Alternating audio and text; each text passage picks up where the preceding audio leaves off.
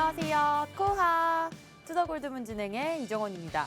시장은 관망세를 보이며 거래량이 크게 줄어들었습니다. 10일 발표되는 미국의 소비자 물가지수가 연준의 금리 인상에 어떤 영향을 미칠지를 예의주시하고 있는데요.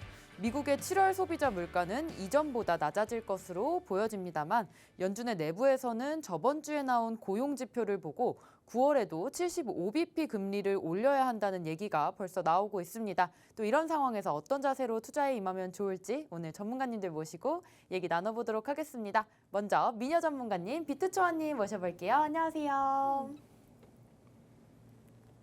초아, 안녕하세요. 코인 뉴스 읽어주는 비트초아입니다. 주말 동안의 장세가 정말 재미가 없었죠. 상방으로도 하방으로도 큰 움직임이 없는 그런 횡보 장세를 많이 보여줬습니다.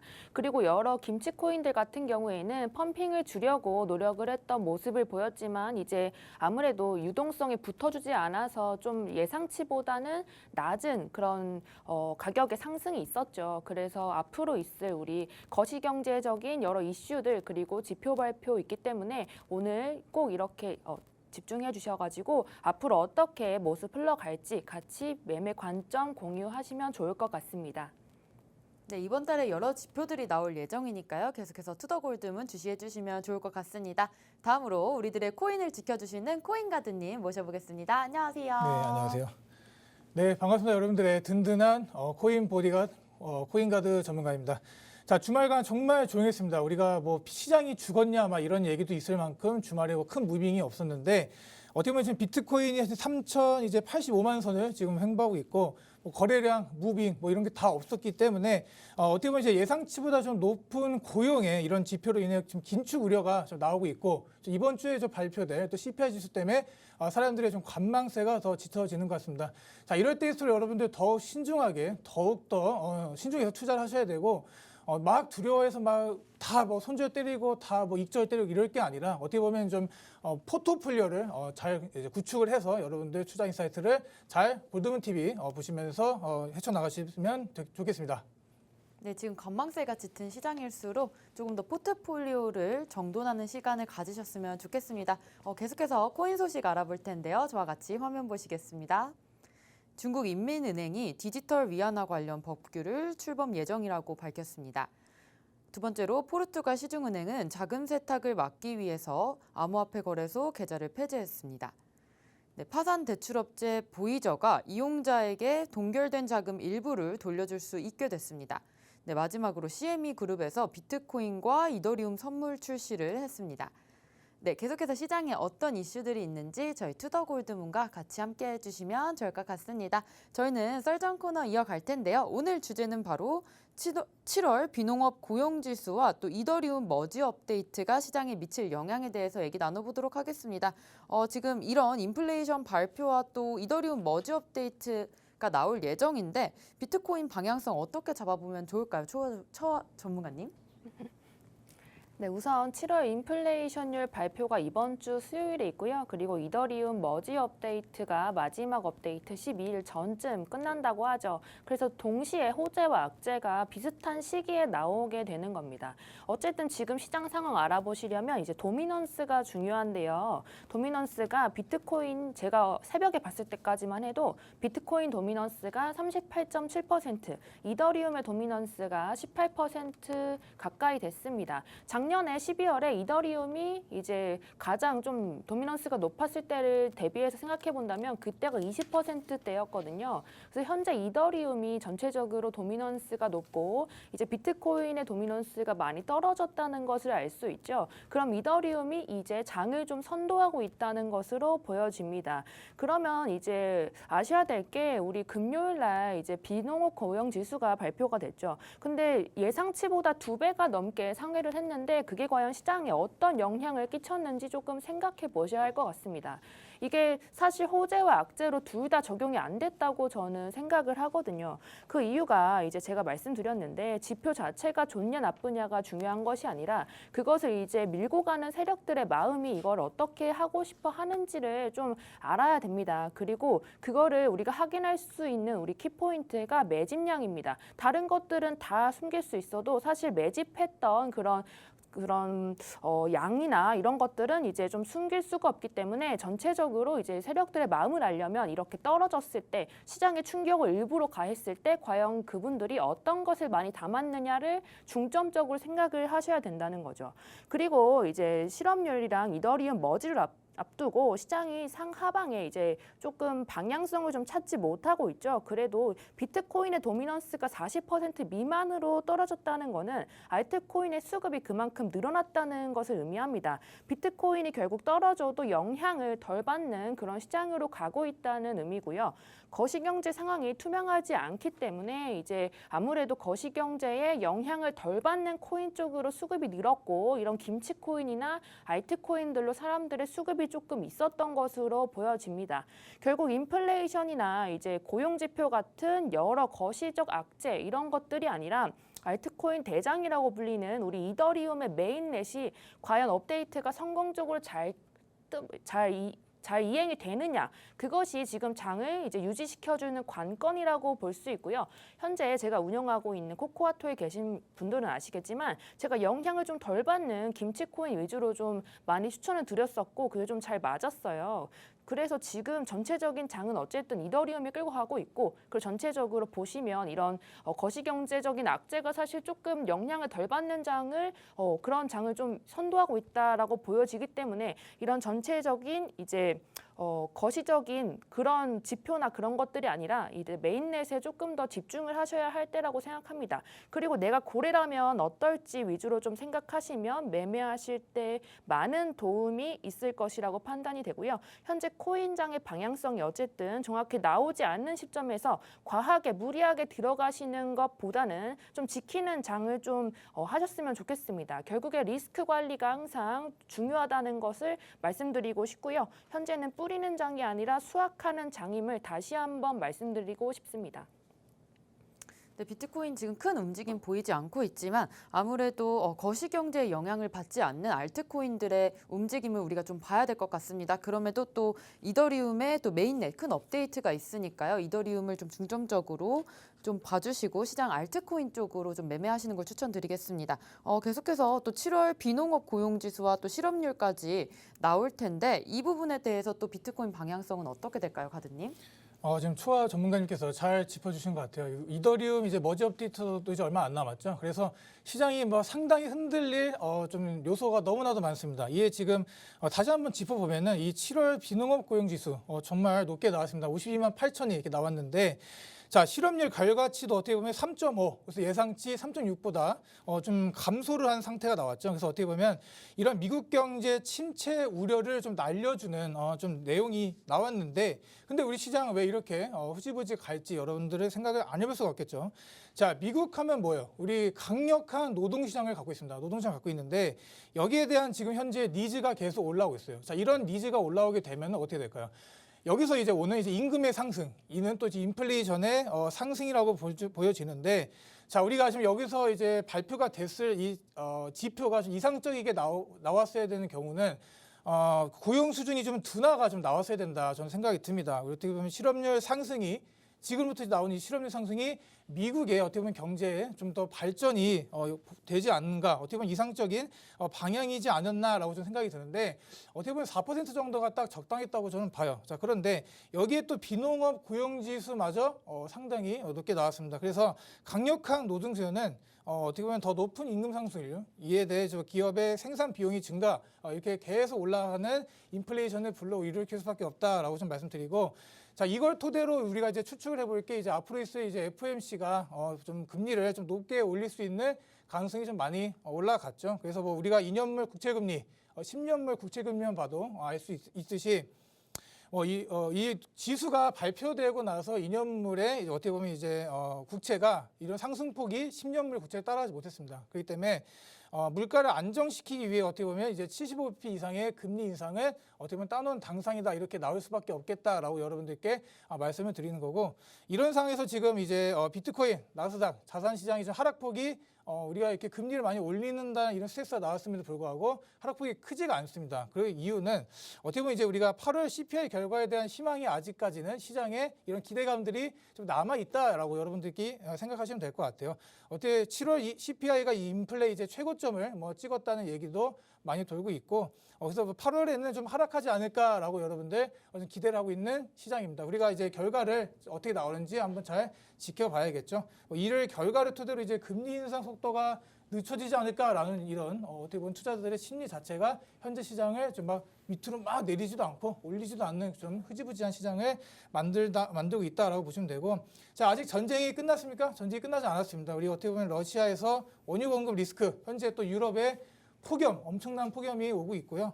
최대 가뭄도 어떻게 보면 이제 곡물 생산 이제 감소 현상이 일어난 상황인데, 지금 이제 유럽의 상황을 보면 잘 아실 거예요. 뭐 이제 영국이나 이제 뭐 프랑스, 이렇게 뭐 이탈리아 같은 경우 상당히 지금 건조한 상태가 심한데, 뭐 야외 수도 사용이 금지. 또 어떻게 보면 이제 뭐 런던도 이제 식물원이 이제 뭐 큐가든 등의 잔디 이렇게 보면 다 누렇게 말라버린 상황을 제가 좀 봤고요. 또 어떻게 보면 이제 영국의 이제 지금 전례 없던 최고의 지금 최악의 가뭄 상태를 맞으면서 물 절약 이런 것들을 정부 차원에 좀 호소를 하고 있다. 그래서 뭐 머리도 하루에 한 번씩 감지 말라 막 이런 얘기도 나오고 있고요.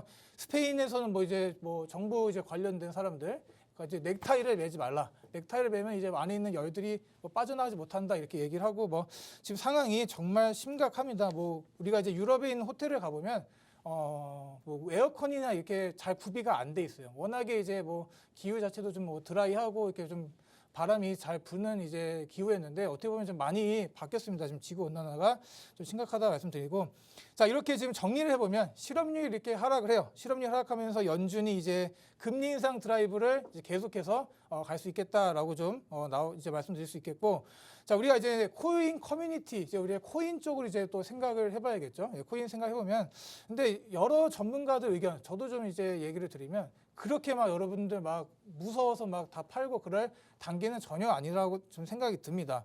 어떻게 보면 이제 경기가 이제 연준이 좀 망가지는 걸 보더라도 이거 물가 안정을 잡겠다라는 이미 그런 충분한 공감대가 이미 있기 때문에 이제 과거에서부터 지금까지 계속 코인을 해 오신 분들은 이런 상황이 좀 낯설 수가 있어요. 왜? 그동안 이제 이런 연준의 이런 스탠스 이런 거에 코인 시장이 크게 영향을 받지 않았습니다. 그런데 어떻게 보면 지금 이제는 이제 금융시장과 이제 사실상 되게 페어로 쭉 가고 있죠. 나스닥과 같이 가고 있는 이런 움직임을 보이기 때문에 시장이 어떻게 보면 좀 더 발전을 하고 있다라고 여러분들 생각하시면 될 것 같다라고 좀 말씀드릴 수 있겠습니다. 네, 비트코인은 지표가 나오기 전까지는 아직 큰 움직임은 보이지 않을 것으로 예상을 하고 있습니다. 사실 7월 CPI가 인플레의 최고점을 찍었기 때문에 8월 CPI에서는 약간의 하락폭이 나오지 않을까라는 기대를 하고 있는데요. 그렇다면 또 에너지와 이런 식량의 흐름도 우리 시장에 미칠 수 있는 영향이 있을 것 같은데 이 부분 초원님께서 설명해 주시죠. 네, 우선 국가가 생존하는 데 가장 중요한 게 에너지랑 식량이라서 우리 여러 가지 중국이나 러시아가 많이 그쪽으로 집착을 한다고 많이 말씀을 드렸었던 적이 있습니다. 현재 에너지 섹터가 조금 가격이 전쟁 전 수준으로 떨어져서 많은 분들께서 궁금해 하시더라고요. 이제 이런 가격이 떨어짐에 의해서 이제 전체적인 투심이 조금 좋아지기 때문에 비트코인 쪽에 호재로 작용이 돼서 비트코인 시장을 좀 견인해 갈 수 있느냐라는 질문을 많이 받았습니다. 우선 이제 이번 주에 좀 이런 이슈들 좀 많죠. 우선 곡물 먼저 이야기하면 이제 곡물이 5개월 만에 처음으로 우크라이나발 곡물이 이제 좀 수출이 되기 시작했습니다. 그래서 첫 번째로 이런 식량에 대한 인플레이션이 조금 완화가 되겠죠. 그럼 이런 식량에 대한 인플레이션 완화로 인해서 식료품에 관련된 주식의 가격이 상승할 여력이 큽니다. 그럼 거기에 모회사를 두거나 같이 딸려가는 코인들이 올라갈 수 있음을 같이 말씀을 드리고요. 그럼 이제 에너지의 가격이 내려가면 코인에 어떤 영향이 있는지를 좀 말씀드리겠습니다. 우선 제가 방금 비트랑 이제 알트의 도미넌스들을 좀 말씀을 드렸습니다. 그 전에 우리가 사실 극도의 공포가 있었던 적이 있죠. 여러 가지 좀 여러 숏 세력이라든지 이제 좀 여러 시장에 안 좋은 악재들이 많이 겹치면서 정말 과도한 공포가 있을 때 비트코인의 그런 도미넌스가 60% 이상이 되었었습니다. 현재의 절반 수준으로 지금은 좀 떨어진 거죠, 지금.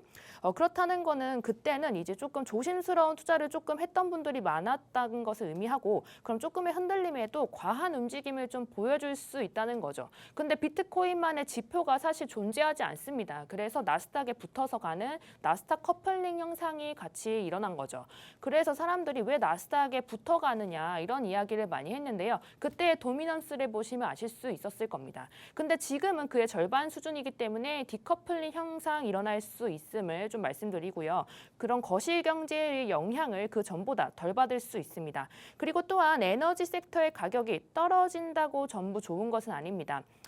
그 원인에 대해 생각을 조금 더 해보셔야 합니다. 어쨌든 에너지 섹터가 떨어지는 게 이 아이의 문제가 해결이 돼서 그런 건지 아니면 경기 침체 우려 때문에 모두가 다 떨어지는지를 봐줘야 합니다. 여러 원인들 있을 수 있겠죠. 전쟁이 끝나가는 그런 기미가 보인다든지 아니면 이제 저번 주에 소개시켜드렸던 미국이 이제 여러 법안을 발의했고 촉구를 해서 그렇다든지 아니면 정말 경기 침체의 원인이라든지 아니면 이제 여러 가지 또 다른 원인도 있을 수 있겠죠. 제 개인적인 생각은 이제 원래 휴가 기간 동안에는 어쨌든 에너지의 가격이 조금 올라갑니다. 특히 유가의 가격이 많이 올라가는데 휴가 기간의 종료 그리고 이제 여러 경기 침체에 대한 두려움 거기에 같이 플러스 되는 게 이제 인플레이션 관련된 법안의 발의 그리고 촉구 이런 것들이 있을 수 있고요. 그리고 전쟁이 조금 종료될 수도 있다라는 그런 기대감도 같이 껴져 있어서 호재와 악재가 뒤얽혀서 이런 결과가 나왔다는 것을 조금 말씀드리고 싶습니다.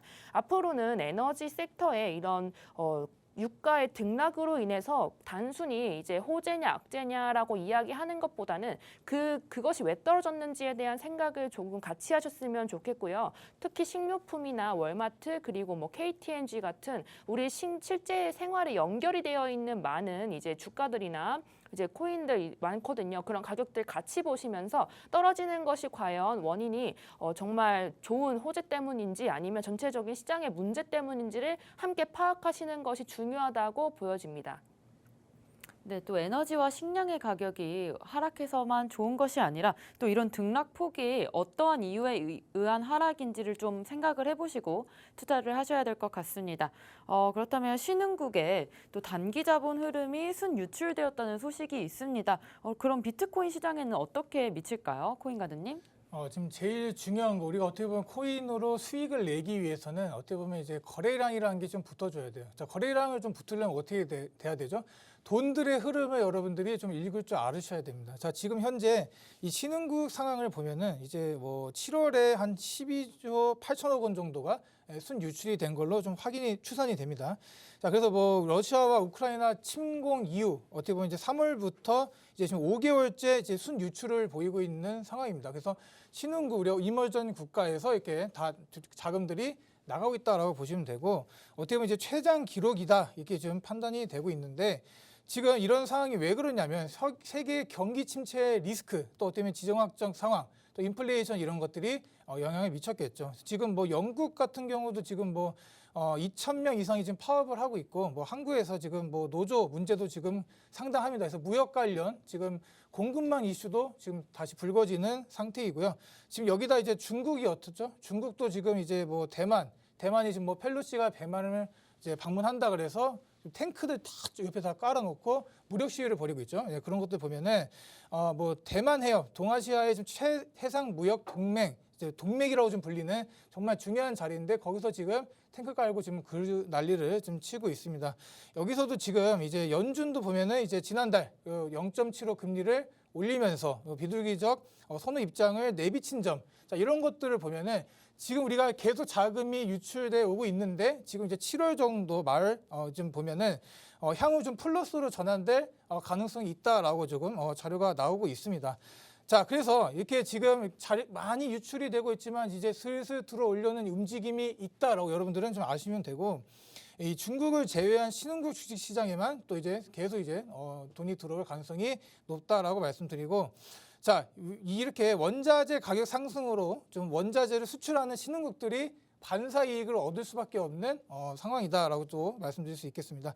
자, 지금 이렇게 전 세계 금융 상황이 좀 빠듯해요. 빠듯하기 때문에 지금 이렇게 막 자금이 왔다 갔다 하는 이유도 사람들 투자자들도 마찬가지고요. 좀 자신들의 확신이 없는 거예요. 어디에다 투자를 해야 될지, 이 이머징 마켓에 해야 될지 아니면 안정된 마켓에 해야 될지 다 지금 상황이 조금 안 좋다라고 말씀드리고, 자, 저는 지금 이제 다음 달에 이제 미국이 75bp를 올리든 50bp를 올리든 조심스럽게 제 개인 의견을 좀 말씀드리자면 상관없이 이런 위험 자산들이 단기간 좋은 움직임을 가질 가능성이 높다라고 좀 말씀드릴게요. 여러분들 이게 아닐 수도 있지만 제 개인적인 추측이라 좀 말씀드리고, 인플레이션 같은 것도 보면 이제 3분기를 지나고 나서 슬슬 좀 내려가는 움직임을 보여줄 거다라고 좀 말씀드릴 수 있고, 자, 지금 우리가 이제 고민을 이제 깊게 해야 될 부분이 뭐냐면, 지금 비트코인이 이제 다시 올라간다고 해도 어떻게 보면 비트코인 자체의 펀더멘털의 강함에 있어서 오르는 게 아니라 여러 좀 뭐 이런 블랙로크 같은 이벤트 이런 것들을 위해서 오르게 되면 여러분들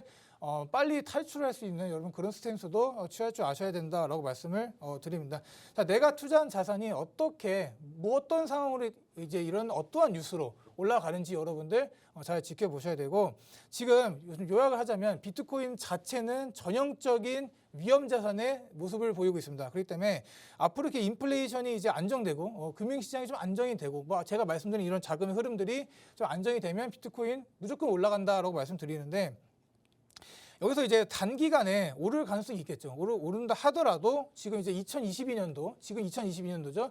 침체 걱정이 많은 시장입니다. 이게 경기 침체로 갈 것인가이기 때문에 많은 사람들이 두려워서 투자를 못하고 그런 상황이 올 수도 있는데, 제가 말씀드릴 수 있는 진짜 위험한 상황은 2023년도, 2024년도 직전 이 정도 상황이 여러분도 어떻게 보면 정말로 이제 투자를 할 때 조심해야 될 타이밍이라고 말씀드릴 수가 있겠고, 막 이렇게 독자적인 가치로 움직이는 게 아닙니다. 옛날 같이 그냥 비트코인 개인들의 수급으로 끌어올렸던 그런 시장이 더 이상 보여지고 있지 않아요. 그렇기 때문에 다 같이 보셔야 돼요. 나스닥이고 뭐 지금 현재 상황이 어떻게 돌아가는가 같이 보셔야 되고, 지금 이렇게 가두리 상황이 계속 나오고 있어요. 가두리 상황이 나오고 있고 방향성에 아직까지도 여러분들 힌트가 없다라고 말씀드릴 수 있겠고, 지금 뭐 온체인 데이터 하나로 여러분들 비트코인을 투자해야 된다, 지금 저점에 있다라고 말씀하신 분들 많은데, 온체인 데이터 항상 좋았어요. 온체인 데이터 항상 좋았고, 물론 뭐 부정적인 면도 있겠죠. 그런데 어떻게 보면 이제 온체인 데이터상 바닥 정도의 신호는 보여주고 있다라고 제가 좀 감히 말씀드릴 수 있겠고, 이렇게 지금 이제 단기 상승에 염두를 좀 두시고요. 어떻게 보면 이런 것들 지금 이제 보라색 고래, 뭐 이렇게 힘의 상징인 갈색 고래가 막 끌고 올라가는 그런 시장이 아닙니다. 보라색 고래 좀 영리한 좀 시장을 좀 이렇게 주물럭 거리고 있다, 여러분들 보시면 될 것 같고, 자, 이런 식으로 이제 좀 요약을 해보자면, 여러분들 제가 항상 하는 이제 코인가드 방에 계신 분들 항상 제가 하는 게 뭐죠? 항상 방패를 들고 여러분들 이제 우리 투자를 진행한다라고 제가 항상 말씀드렸고, 손절가를 짧게 잡고 이제 가는 방법, 이런 방법도 있지만 어떻게 보면 지금 단기 바닥이라고 나와져 있기 때문에 여러분들이 할 거는 지금 너무 이렇게 좀 너무 무서워하지 마시고 단기 매매를 위주로 우리가 장투로 막 무조건 가는 것도 좋은 방법이 될 수 있습니다. 왜냐하면 지금 온체인 데이터가 뭐 바닥을 가리키고 있고 여러 가지 지표상 바닥이라고 보여지는데, 장기적인 투자를 하더라도 여러분들 단타로 끊어먹는 연습을 하시는 걸 제가 좀 말씀을 드리도록 하겠습니다. 네, 지금 상황에서는 또 상방과 하방, 양방을 좀 열어두고 매매를 하시는 거를 추천드리고요. 또 단기적으로 접근하시면 가장 좋을 것 같습니다. 그렇다면 우리 시장에 조금 다음에 위험이 있다면 거래소일 수도 있다는 말이 있는데, 이 부분 초아님 어떻게 보시나요? 우선은 제가 최근에 많은 연락을 좀 받았어요. 이제 한 거래소에서 암호화폐를 조금 전화로 판매를 한다든지, 아니면 이제 이런 코인 관련된 그런 거래소도 있느냐, 이런 이야기도 하고, 그리고 나는 못 받았는데 이게 받을 수 있느냐라는 질문이 최근에 많이 들어오기 시작했습니다. 특히나 주말에 이제 유명한 유튜버가 이제 그런 비트코인을 거래하는 화면을 보여줬는데, 근데 M 거래사가 이제 그것을 좀 제대로 처리하지 못해서 전체적인 좀 불안감이 조금 형성이 됐었던 그런 모습을 좀 보여줬었습니다. 우선은 FTX 대표가 그런 말을 한 적 있죠. 다음에 있을 위험은 거래소에 있을 수 있다라는 이야기를 했습니다. 시청자 여러분들의 이해를 돕기 위해서 말씀을 좀 드리자면 지금까지 역대 있었던 비트코인이 이제 하락했을 때를 좀 말씀을 드리겠습니다. 2000년도 초쯤 이제 2000년부터 2010년도 초까지는 사실 암호화폐 자체의 문제였습니다. 암호화폐 그런 기술력의 부재로 인해서 이제 암호화폐의 뭐 가격이라든지 해킹이라든지 이런 문제들이 많이 발생을 했었고요. 이제 그 이후 2010년부터 2020년 정도까지는 우리 이제 이권에 대한 이야기였습니다.